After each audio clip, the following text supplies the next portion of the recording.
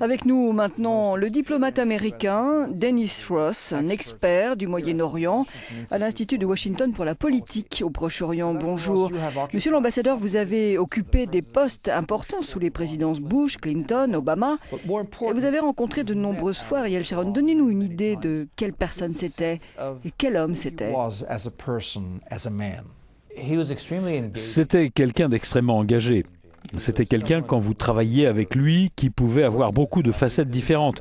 Il pouvait vous faire l'accolade ou vous pousser à bout. Je veux dire qu'il pouvait être très dur, insistant. Il pouvait aussi être sensible. Il avait des personnalités différentes selon les circonstances et je dirais aussi selon la fonction qu'il occupait. L'Ariel Sharon Premier ministre était très différent de l'Ariel Sharon ministre des Affaires étrangères ou ministre du Logement ou chef de l'opposition. Sharon était un phénomène politique. D'un côté, il y avait le bulldozer anti-palestinien et de l'autre, celui qui a eu le courage d'essayer de mettre fin au conflit avec les Palestiniens. Quelle était sa vision pour Israël et le Moyen-Orient ?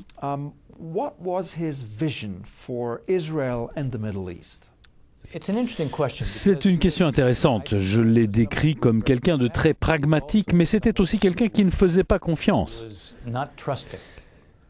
Plusieurs fois, il m'a dit « Vous voyez, je n'ai pas confiance en eux ».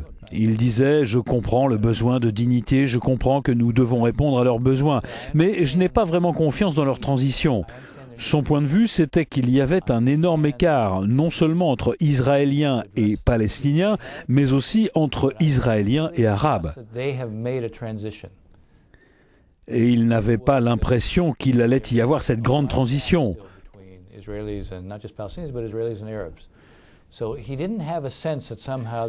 D'autre part, c'est un homme qui, à un moment donné, avait dit la Jordanie et la Palestine.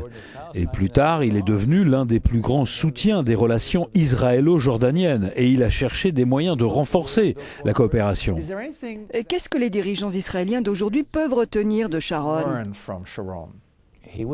Qu'il mettait des lignes rouges très claires. Il était comme ça. Et vous pouvez penser que s'il disait qu'il ne voulait pas faire quelque chose, vraiment ne pas le faire, il ne le faisait pas. Au cours d'une interview, on m'a demandé quelle était la différence entre Sharon et Arafat. Et j'ai répondu, c'est simple, Arafat prend des engagements facilement car il n'a pas l'intention de les tenir. Avec Sharon, il est très difficile d'obtenir un engagement de sa part parce que s'il en prend un, il estime qu'il doit s'y tenir. Il était comme ça. Historiquement, Israël a produit des leaders très forts et puissants. Ben Gourion, Golda Meir, Moshe Dayan, Rabin, Peres. Si vous deviez faire la top list des politiciens israéliens, où placeriez-vous Ariel Sharon ? C'est une bonne question. C'est difficile de faire le classement. Eh bien, mon classement, ce serait probablement Ben Gourion en premier, Rabin en second, et je placerais sans doute Sharon en troisième. Ambassador Ross, thank you very much. My pleasure.